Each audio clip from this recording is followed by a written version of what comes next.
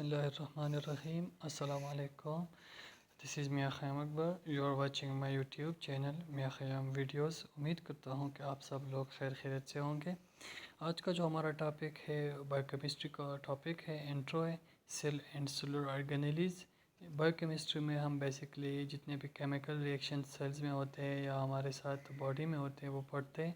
तो cell and cellular organelles ये एक इम्पोर्टेंट टॉपिक है कि हम सबको सबसे इससे पहले कि हम आगे जाए तो हमें सेलुलर लेवल पर और सेल की स्ट्रक्चर और उनके फंक्शंस और जितने भी उसके कंपोनेंट्स है उसकी समझ वो हमें आ जाए। तो let's start. Cell. All organisms are built from cells. All animal tissues, including human, are also organized from collection of cells. Thus, cell is the fundamental unit of life. If cell dies, tissues dies and it cannot function. जितने भी हमारे साथ organisms है ये cell से बने हुए हैं और एनिमल्स इंक्लूडिंग ह्यूमन बींग्स ये भी हमारे साथ कलेक्शन ऑफ सेल्स से बने हुए। सो हमारे साथ सेल जो है ये फंडामेंटल यूनिट ऑफ लाइफ है। अगर हमारे साथ सेल मरता है तो टिश्यू भी मरता है and it can not function. Modern cell theory can be divide into the following fundamental statements. तो सबसे पहले हमारे साथ cell make up all living matter, जितने भी लिविंग मैटर है वो सेल से बने हुए हैं। All cell arise from other cells, जितने भी सेल है वो दूसरे सेल से अराइज होते हैं। उसमें हमारे साथ जितने भी जेनेटिक इंफॉर्मेशन है required for the maintenance of existing cells और the production of new cells, तो वो हमारे साथ वो एक जनरेशन से नेक्स्ट जनरेशन वो जाती है। द केमिकल रिएक्शन जो हमारे साथ ऑर्गेनिजम्स में हो रही है वो मेटाबॉलिज्म है। मेटाबॉलिज्म बेसिकली उसमें हमारे साथ दो चीज़ें होती है, anabolism and catabolism.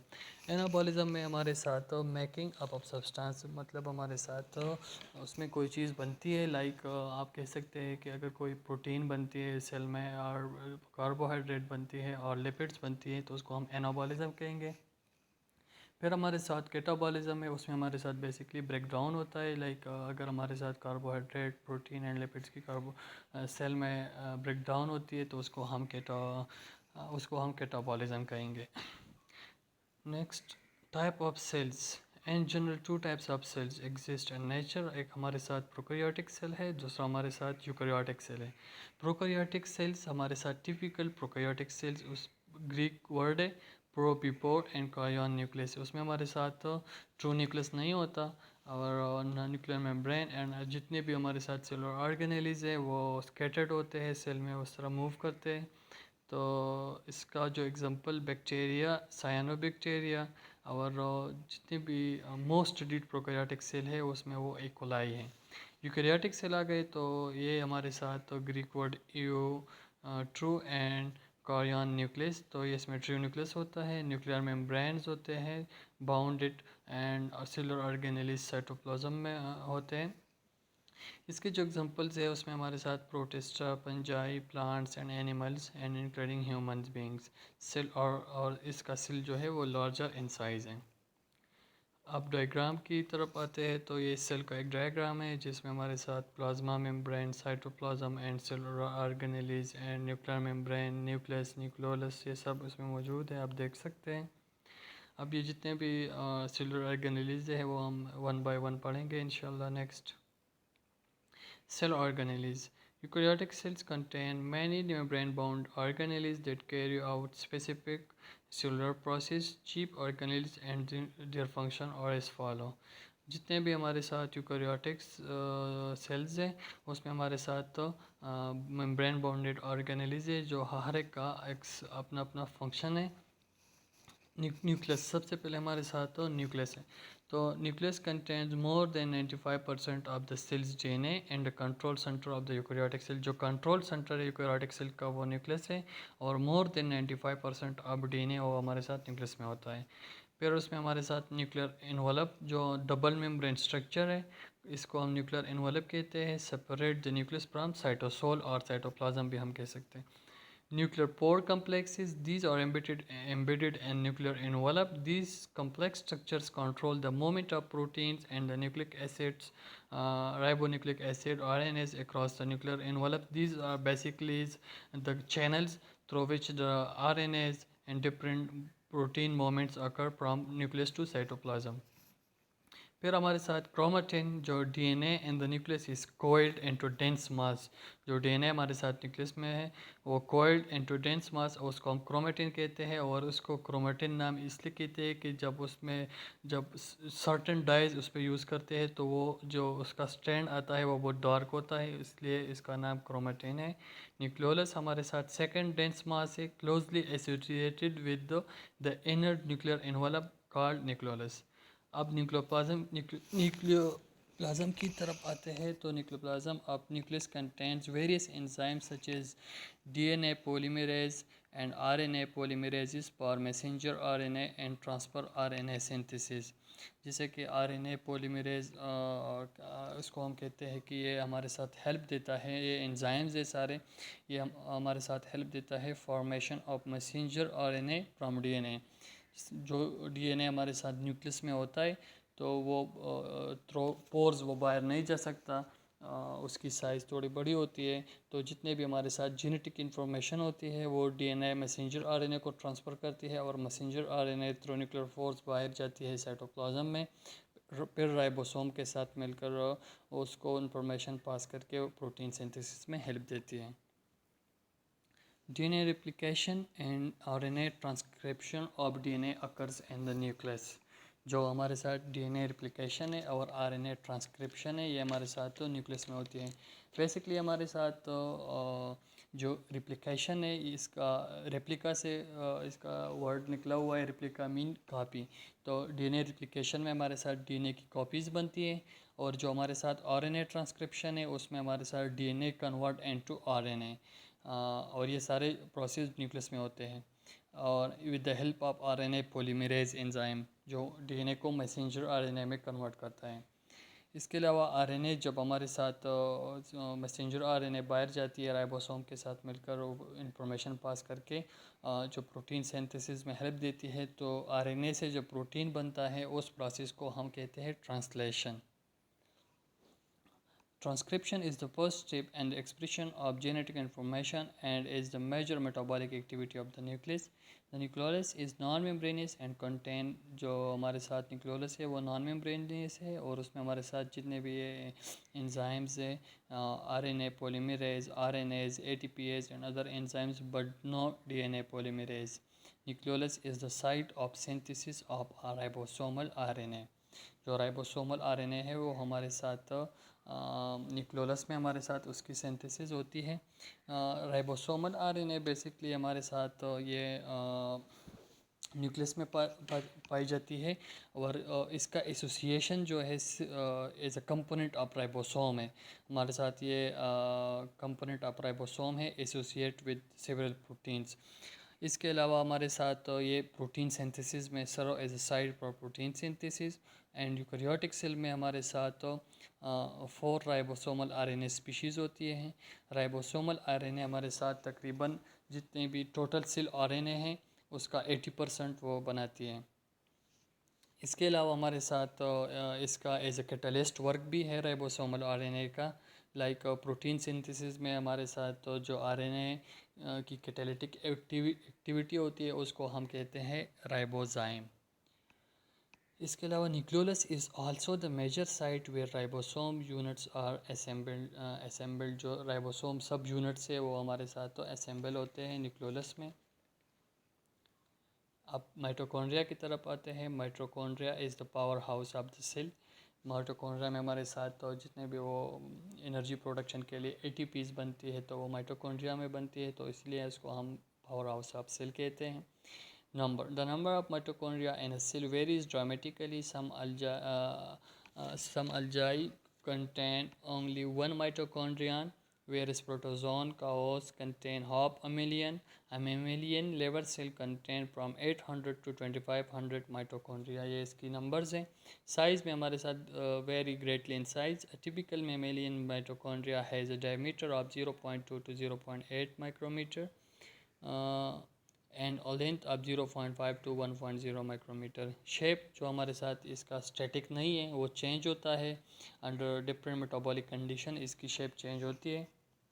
Structure and functions mitochondria, उसमें हमारे साथ 2 कोसेंट्रिक मेम्ब्रेन्स होते हैं। इसमें हमारे साथ टू कोसेंट्रिक मेम्ब्रेन्स है that have markedly different properties and biological functions.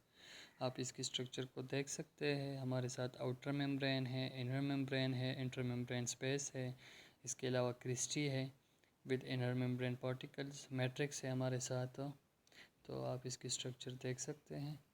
Mitochondrial membranes, उसमें एक हमारे साथ आउटर में माइटोकॉन्ड्रियल मेम्ब्रेन है जो consist mostly of phospholipids and contains a considerable amount of cholesterol. जो उसमें हमारे साथ फॉस्फोलिपिड और कुछ अमाउंट ऑफ कोलेस्ट्रॉल भी है। Outer membrane also contains many copies of proteins called porin, जिसको हम पोरिन का फंक्शन क्या है बेसिकली, ये हमारे साथ चैनल्स है जो जिसके थ्रू हमारे साथ डिफरेंट प्रोटीन डिफरेंट जो कंपोनेंट्स है वो डिफ्यूज़ होते हैं। फंक्शंस ऑफ पोरिन में हमारे साथ है this proteins form channels that format substances with molecular weight of less than 10,000। सही है, जितने भी हमारे साथ सब्सटेंसेस है जिसकी मॉलिक्यूलर वेट लेस देन 10,000 है, ये diffuse freely across the outer mitochondrial membrane. इसके अलावा other proteins in the outer membrane carry out various reactions and fatty acid and phospholipid biosynthesis and are responsible for some oxidation reactions. ये जितने भी हमारे साथ outer membrane में इसके अलावा प्रोटीन्स है वो हमारे साथ क्या करता है, fatty acid and phospholipid biosynthesis में हेल्प देता है। सही है। And are responsible for some oxidation reactions. Like oxidation reaction हमारे साथ क्या होता है, ये हमारे साथ तो एडिशन ऑफ हाइड्रोजन आयन है। लाइक अब अगर हमारे साथ जितने भी NAD है वो रिड्यूस फॉर्म है, तो उसके साथ जब हम हाइड्रोजन आयन ऐड करते हैं तो NADH बन जाता है, और वो NADH आगे जाके हमारे साथ तो मेटाबॉलिक पाथवेज में हमारे साथ ATPs बनाती है। अब हमारे साथ inner mitochondrial membrane. The inner mitochondrial membrane is very rich in proteins and the ratio of lipid to protein is only 0.27:1 है by weight. In contrast to outer membrane, inner membrane is virtually impermeable to polar and ionic substances. ये हमारे साथ impermeable है polar और ionic substance के लिए। These substances enter mitochondrion only through the mediation of specific transport proteins। हमारे साथ specific transport proteins होते हैं, उसके थ्रू हमारे साथ ये एंटर हो सकते हैं, और वर्चुअली ये हमारे साथ impermeable है पोलर एंड आयनिक सब्सटेंस के लिए। फिर हमारे साथ क्रिस्टी आती है। The inner mitochondrial membrane is highly folded, the tightly packed inward fold, जो इनवर्ड फोल्ड है toward the matrix inner side, उसको हम क्रिस्टी कहते हैं। इंटरमेम्ब्रेन स्पेस, ये हमारे साथ the space between the outer and inner, जो space between the outer and inner membrane है उसको हम इंटरमेम्ब्रेन स्पेस कहते हैं। So the outer membrane is freely permeable to small molecules. The intermembrane space has about the same ionic composition as the cytosol। जो composition cytosol cytoplasm में है वो वही कंपोजिशन इंटरमेम्ब्रेन स्पेस में होती है, क्योंकि हमारे साथ तो ये जो हमारे साथ आउटर मेम्ब्रेन है ये फर्मिएबल है, तो इसमें जितने भी मॉलिक्यूल्स है वो इजीली आ सकते हैं। माइटोकॉन्ड्रियल मैट्रिक्स हमारे साथ हो गया। The region enclosed by the inner membrane is known as the mitochondrial matrix। Basically जो हमारे साथ तो वो रीजन जो इनर मेम्ब्रेन उसको इनक्लोज करती है उसको हम माइटोकॉन्ड्रियल मैट्रिक्स कहते हैं। कंपोजिशन ऑफ मैट्रिक्स, तो उसमें हमारे साथ एंजाइम्स हैं जो रिस्पॉन्सिबल है for citric acid cycle. Citric acid cycle को हम क्रेब्स साइकिल भी कहते हैं। And fatty acid oxidation are located in the matrix. The matrix also contains several strands of circular DNA, ribosomes, and enzymes required for the biosynthesis of proteins coded in the mitochondrial genome.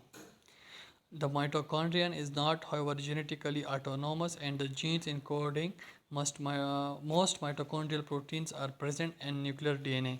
इसका मतलब ये है कि हमारे साथ matrix में enzymes होते हैं जो रिस्पॉन्सिबल है for citric acid cycle and fatty acid oxidation के लिए। इसके अलावा हमारे साथ मैट्रिक्स में circular DNA, ribosomes and enzymes होते हैं जो रिक्वायर है for the biosynthesis of proteins. सही है। प्रोटीन जो कोडेड होती है हमारे साथ माइटोकॉन्ड्रियल जीनोम में। इसके अलावा हमारे साथ जो माइटोकॉन्ड्रिया है ये जेनेटिकली ऑटोनोमस है, और उसकी जो इनकोडिंग है माइटोकॉन्ड्रियल प्रोटीन्स की वो same as present in nuclear DNA में वही कोडिंग होती है प्रोटीन्स के लिए।